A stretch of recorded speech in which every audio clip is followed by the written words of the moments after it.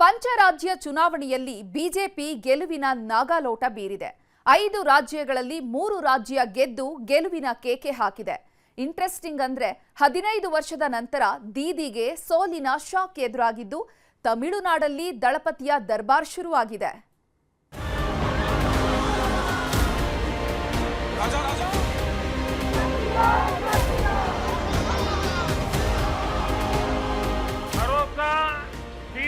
के संकल्प पर भरोसा, एक भारत श्रेष्ठ भारत की भावना पर।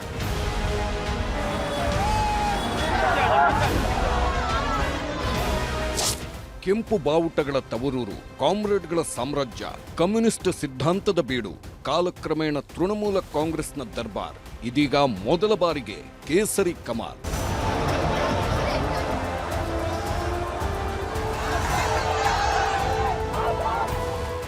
ಪಶ್ಚಿಮ ಬಂಗಾಳದಲ್ಲಿ ಮೊದಲ ಬಾರಿಗೆ ಬಿಜೆಪಿ ಸರ್ಕಾರ ರಚನೆ ಆಗ್ತಿದೆ. ಕಮ್ಯುನಿಸ್ಟ್ ಪಕ್ಷಗಳ 34 ವರ್ಷ, ಟಿಎಂಸಿಯ 15 ವರ್ಷದ ನಂತರ ಬಿಜೆಪಿ ಅಧಿಕಾರಕ್ಕೆ ಏರುತ್ತಿದೆ. ಜನಸಂಘ ಸಂಸ್ಥಾಪಕ ಡಾಕ್ಟರ್ ಶ್ಯಾಮ್ ಪ್ರಸಾದ್ ಮುಖರ್ಜಿ ತವರು ರಾಜ್ಯದಲ್ಲಿ ಬಿಜೆಪಿ ಮೊದಲ ಬಾರಿಗೆ ಅಧಿಕಾರದ ಚುಕ್ಕಾಣಿ ಹಿಡಿಯುತ್ತಿದೆ. जब वर्षों की साधना सिद्धि में बदलती है तो चेहरे पर जो खुशी होती है वो खुशी आज मैं देश भर के भाजपा के कार्यकर्ता के चेहरे पर देख रहा हूं. ಬಂಗಾಳದಲ್ಲಿ ಬಿಜೆಪಿ ಅಧಿಕಾರಕ್ಕೆ ಏರಲು ಹಲವು ಅಂಶಗಳು ಪೂರಕವಾಗಿದ್ದವು. ಕೇಂದ್ರ ಚುನಾವಣಾ ಆಯೋಗದ ವಿಶೇಷ ಮತಪಟ್ಟಿ ಪರಿಷ್ಕರಣೆಯಿಂದಾಗಿ ಬಹುತೇಕ ನಕಲಿ ಮತದಾರರ ಹೆಸರು ಡಿಲೀಟ್ ಆಗಿವೆ. ಬಾಂಗ್ಲಾ ಅಕ್ರಮ ನುಸುಳುಕೋರರಿಗೆ ಕಾಲಮಿತಿಯಲ್ಲಿ ನಿರ್ಬಂಧ ಹಾಕುವ ಭರವಸೆಯೂ ಇದೆ. ಕುಟುಂಬದ ಯಜಮಾನಿಗೆ 3,000 ರೂಪಾಯಿ ಗ್ಯಾರಂಟಿ ಘೋಷಣೆ ಮತದಾರನನ್ನ ಸೆಳೆಯೋದರಲ್ಲಿ ಸಫಲವಾಗಿದೆ. ಪ್ರಧಾನಿ ನರೇಂದ್ರ ಮೋದಿ ಎಬ್ಬಿಸಿದ ಜಲ್ಮುರಿ ಖಾರ ರಾಜ್ಯಾದ್ಯಂತ ವರ್ಕೌಟ್ ಆಗಿದ್ದು ಮೋದಿ ಶಾ ಸ್ಟಾರ್ ಕ್ಯಾಂಪೇನ್ ಕೂಡ ಮತಗಳನ್ನು ಸೆಳೆದಿದೆ. ಜೊತೆಗೆ ಆರ್ಜಿಕರ್ ವೈದ್ಯ ವಿದ್ಯಾರ್ಥಿನಿಯ ಅತ್ಯಾಚಾರ ಮತ್ತು ಕೊಲೆ ಪ್ರಕರಣ, ಸಂದೇಶ್ ಖಾಲಿ ದೌರ್ಜನ್ಯ ಪ್ರಕರಣಗಳು ಮತದಾನದ ಮೇಲೆ ಪ್ರತಿಕೂಲ ಪರಿಣಾಮ ಬೀರಿದೆ. ಅಷ್ಟೇ ಅಲ್ಲ, ರಾಜ್ಯದಲ್ಲಿ ಇದೇ ಮೊದಲ ಬಾರಿಗೆ ಅತಿ ಹೆಚ್ಚು ಮತದಾನ ಅಂದ್ರೆ 91.66% ಕೂಡ ಫಲಿತಾಂಶದ ಲೆಕ್ಕಾಚಾರಗಳನ್ನ ತಲೆಕೆಳಗಾಗಿಸಿದೆ.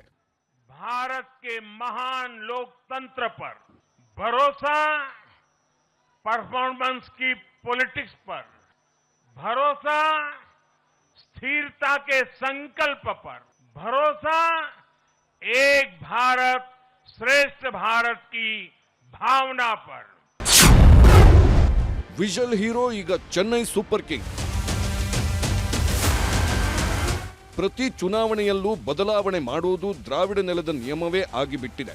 ಅದು ಎಂಜಿಆರ್ ಕಾಲ ಆಗಬಹುದು, ಕರುಣಾನಿಧಿ ಅಥವಾ ಜಯಲಲಿತಾ ಕಾಲ ಆಗಿರಬಹುದು. ಅಂತೆಯೇ ಈ ಬಾರಿ ಕೂಡ ಬದಲಾವಣೆ ಬಯಸಿ ಮತ ಹಾಕಿದ್ದಾನೆ ತಮಿಳುನಾಡಿನ ಮತದಾರ.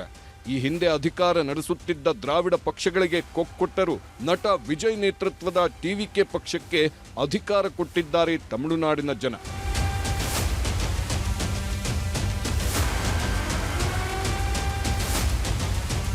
ಸರ್ಕಾರ ರಚನೆಗೆ ಬಹುಮತ ಇಲ್ಲದಿದ್ದರೂ ಅತಿ ದೊಡ್ಡ ಪಕ್ಷವಾಗಿದೆ ಟಿವಿಕೆ. ಕಾಂಗ್ರೆಸ್ ಸೇರಿದಂತೆ ಸಣ್ಣ ಪುಟ್ಟ ಪಕ್ಷಗಳ ಬೆಂಬಲ ಪಡೆದು ಸರ್ಕಾರ ರಚನೆ ಮಾಡುವ ತಯಾರಿ ನಡೆದಿದೆ. ವಿಜಯ್ ತಂದೆ ಚಂದ್ರಶೇಖರ್ ಕಾಂಗ್ರೆಸ್ ಅನ್ನ ಮೈತ್ರಿಗೆ ಆಹ್ವಾನಿಸಿದ್ದಾರೆ. Very proud and happy total me and my wife because my wishes to my son because I'm seeing last 2 years is confidence level.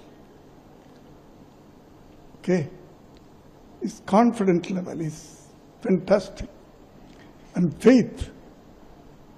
I'll come as Chief Minister of Tamil Nadu. ದೇವರ ನಾಡಿನಲ್ಲಿ ಕಾಂಗ್ರೆಸ್ಗೆ ಅಧಿಕಾರ. 10 ವರ್ಷಗಳ ನಂತರ ಕಾಂಗ್ರೆಸ್ಗೆ ಕೇರಳಂ. ದೇವರ ನಾಡು ಕೇರಳಂನಲ್ಲಿ ಕಾಂಗ್ರೆಸ್ ನೇತೃತ್ವದ UDF ಭರ್ಜರಿ ಜಯ ಸಾಧಿಸಿದೆ.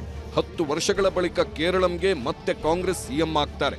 ದಕ್ಷಿಣದ ರಾಜ್ಯದಲ್ಲಿ ಕರ್ನಾಟಕ, ತೆಲಂಗಾಣ ಬಳಿಕ ಇದೀಗ ಕೇರಳಂನಲ್ಲಿ ಕಾಂಗ್ರೆಸ್ ಸಾಮ್ರಾಜ್ಯ. ಕೇರಳಂ ಕಾಂಗ್ರೆಸ್ನ ಗೆಲುವಿನಲ್ಲಿ ರಾಜ್ಯ ಕಾಂಗ್ರೆಸ್ ನಾಯಕರ ಪಾತ್ರ ದೊಡ್ಡದಿದೆ. ಸಿಎಂ ಸಿದ್ದರಾಮಯ್ಯ, ಡಿಸಿಎಂ ಡಿಕೆ ಶಿವಕುಮಾರ್, ಸಚಿವ ಜಮೀರ್ ಅಹಮದ್ ಖಾನ್ ಸೇರಿದಂತೆ ಬಹುತೇಕ ನಾಯಕರು ಕ್ಯಾಂಪೇನ್ ಮಾಡಿದ್ದರು.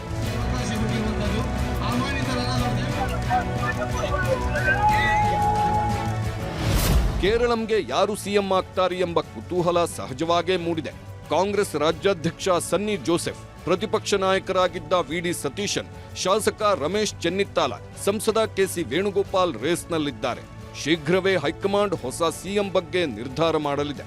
We are very grateful to the people of Kerala, and I dedicate this victory to the UDF leaders and thousands of UDF workers who worked hard. There was a huge anti-incumbency. At the same time, we discussed about a new era for the Kerala, future Kerala. We discussed. ಮತ್ತೊಂದು ಕಡೆ ಅಸ್ಸಾಂನಲ್ಲಿ BJP ಅಧಿಕಾರಕ್ಕೇರಲಿದೆ. ಸತತ 3ನೇ ಬಾರಿ BJP ಸರ್ಕಾರ ರಚನೆಯಾಗ್ತಿದ್ದು, CM Himanth Biswa 2ನೇ ಬಾರಿ CM ಪಟ್ಟಕ್ಕೇರುವ ಸಾಧ್ಯತೆಗಳಿವೆ. ಹಾಗೆ ಪುದುಚೇರಿಯಲ್ಲೂ ಕೂಡ ಬಿಜೆಪಿಯದ್ದೇ ಅಧಿಕಾರ. ತಮಿಳುನಾಡಿನಲ್ಲಿ ಕಮಾಲ್ ಮಾಡಿದ ಟಿವಿಕೆ ವಿಜಯ್ ಪಕ್ಷದ ಪೈಪೋಟಿ ಮಧ್ಯೆಯೂ ಬಿಜೆಪಿ ಸ್ಪಷ್ಟ ಬಹುಮತದ ಮೂಲಕ ಅಧಿಕಾರಕ್ಕೇರುತ್ತಿದೆ. Bureau report, news 18.